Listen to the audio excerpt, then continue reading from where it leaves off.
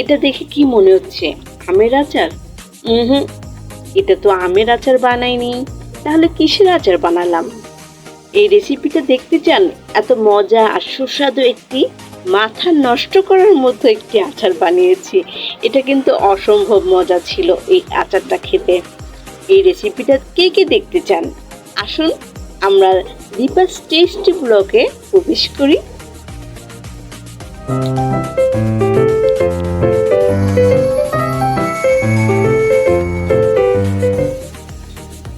আসসালামু আলাইকুম। কেমন আছেন সবাই? আশা করি সবাই ভালো আছেন। আমিও ভালো আছি, আলহামদুলিল্লাহ। আমি এখানে কাঁঠাল নিয়েছি, কচি কচি দেখে যেটা কাঁঠাল নিয়েছি। এখন এগুলো আমি ভালো করে কুটে বেছে নেব। বাজারে কচি কচি কাঁঠাল থাকতে তাড়াতাড়ি করে এই কাঁঠালের আচারটি বানিয়ে ফেলুন। আমি অনেক আগে অনেকবারই বানিয়েছি, কিন্তু ভিডিওটি দেয়া হয়নি। এবার ভাবলাম যে এই রেসিপিটা আপনাদের মাঝে শেয়ার করি। আমার কাঁঠালগুলো বাছাও হয়ে গেছে। এই যে আমার কাঁঠালের কচি কচি কাঁঠালের কোষ। এই কচি কচি কাঁঠাল থাকতে আপনারা ঝটপট বানিয়ে ফেলুন। আর আচার বানাতে বানাতে আমার হাতও কালো হয়ে গেছে দেখেন। আর এটা আছে, এটা কিন্তু আমি ফেলে দিব না। আমি এই পাতলা খোসাটা ফেলে দিয়ে আরেকটি রেসিপি আপনাদের মাঝে শেয়ার করব। এখন আমি বাকি জিনিসগুলো দেখাচ্ছি। আর এখানে কাঁঠালের কচি কচি বিচিগুলো রেখে দিয়েছি, এটা দিয়ে একটা জিনিস করব। আর এটা এখানে কতগুলো কাঁঠালের খোসা সহ এখানে জিনিস আছে, কাঁঠাল আছে। আর এটা দেখতে হলে এই দীপাস টেস্টি ব্লগে ফলো দিয়ে রাখবেন। এখানে একটি ডেকচিতে আমি গরম পানি দিয়ে রেখেছি। আর এই কাঁঠালের কোষগুলো আমি পানির মধ্যে একটু বয়েল করে নিচ্ছি। তার আগে আমি 1 চামচ লবণ, 1 চামচ হলুদ দিয়ে এটাকে একটু নাড়াচাড়া করে নিচ্ছি। আর এখন কাঁঠালের কোষগুলো আমি এটার মধ্যে ঢেলে দিলাম। এখন এটাকে আমার হাফ বয়েল মানে আধা সিদ্ধ করে নিতে হবে। আর এই আচারটা মানে এত মজা হয়েছে না, ঠিক এই নিয়মে এই রেসিপিটা মানে এই রান্নাটা করে নেবেন, আচারটা বানিয়ে নেবেন। এবার আমি একটু দেখে নিচ্ছি, আমার আধা সিদ্ধ মনে হয় হয়েই আসছে, কারণ কচি কাঁঠাল তো বেশি টাইম লাগে না। আমি এগুলো এখন ছেঁকে নেব।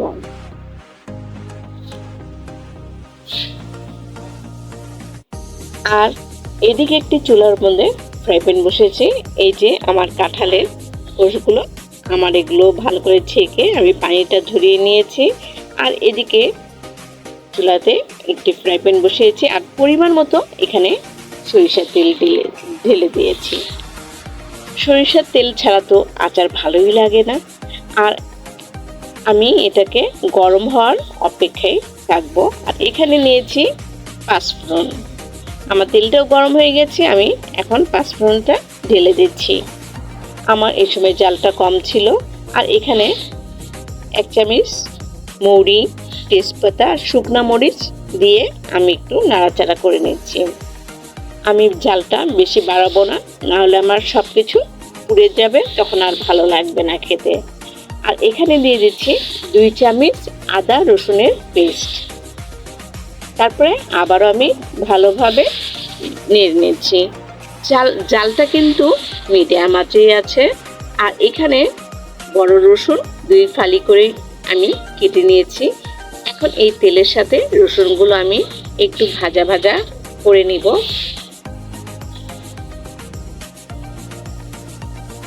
আমার রসুন কিছুটা ভাজা ভাজা হয়ে গেছে। এখন আমি কাঁঠালের কোষগুলো আমি এর মধ্যে ঢেলে দিচ্ছি। আবারও আমি এটাকে ভালোভাবে এটার সাথে নাড়াচাড়া করে নিচ্ছি, যেন এই কাঁঠালের কোষগুলো কিছুটা ভাজা ভাজা হয়ে যায় বা সিদ্ধ হয়ে যায়। এখন দিয়ে দিচ্ছি 1 চামচ লবণ। আমরা এখানে 1 চামচ বা পরিমাণ মতো লবণ দিলেই হবে। আর লবণের চামচের ছোট চামচের 1 চামচ হলুদের গুঁড়ি দিয়েছি। এবার দিয়ে দিব শুকনো মরিচের গুঁড়ি। আবারও আমি ভালোভাবে মিক্সড করে নিচ্ছি।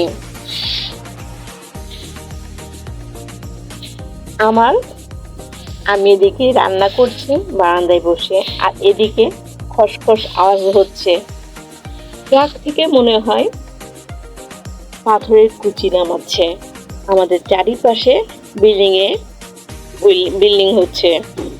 আবারও আমি এটাকে নাড়াচাড়া করে নেব। আর আমি কিন্তু অল্প জালে ঢাকা দিয়ে রান্না করছিলাম। আমি একটু দেখে নিলাম যেটা কতটুকু সিদ্ধ হয়েছে।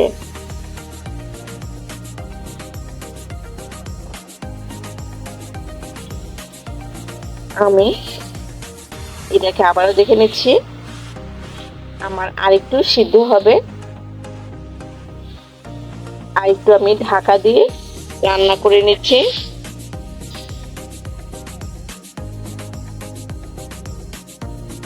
এবার আমার প্রায় এটা সিদ্ধ হয়ে গেছে। আমি এখানে যদি আগে চিনি দিতাম তাহলে আমার সিদ্ধটা দেরি হতো। এখানে আমি 1/3 কাপে 2 কাপ চিনি দিয়েছি। এখানে 1/2 কাপ আমি চিনি দিয়েছি। আবার এগুলো ভালোভাবে মিক্সড করে নিচ্ছি। আমার কাঁঠালের এই আচারটা কিন্তু প্রায় হয়ে গেছে। এবার আরও একটি জিনিস দিব, এখানে তেঁতুলের জুসি দিয়ে দিচ্ছি, যেটাকে তেঁতুলের জুস বা কাত বলে, সেটা মেজারমেন্ট কাপের 1 কাপ দিয়ে দিয়েছি। এবার দিয়ে দিব টেবিল চামচের 1 চামচ সরিষা গুঁড়ো। আবার ভালোভাবে একটু মিক্সড করে নেব। আর জালটা কিন্তু আমার কম আছে থাকবে। এবার দিয়ে দিচ্ছি 2 চামচ পাঁচফোড়ন।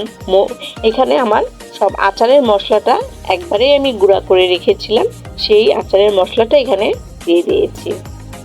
আমার আচারটা হয়ে গেছে। কেমন লাগলো এই রেসিপিটা অবশ্যই কমেন্ট করে জানাবেন। আর এই মজার এই রেসিপিটা আপনার বন্ধু বান্ধব সবার মাঝে শেয়ার করে দিয়েন। আর সবাই শরীরে যত্ন নেবেন। আর গরমের দিনে একটু টক খেলে তো ভালোই লাগে, তাই না? একটু টক টক ঠান্ডা ঠান্ডা জিনিস খাওয়ার চেষ্টা করবেন, তাহলে মুখের স্বাদ ফিরে আসবে। এই গরমে সবারই একটু বমি বমি লাগে, তাই না? আর এই আচারটা আপনার অরুচি বমিটা দূর করে দিবে। সবাই ভালো থাকবেন। আসসালামু আলাইকুম।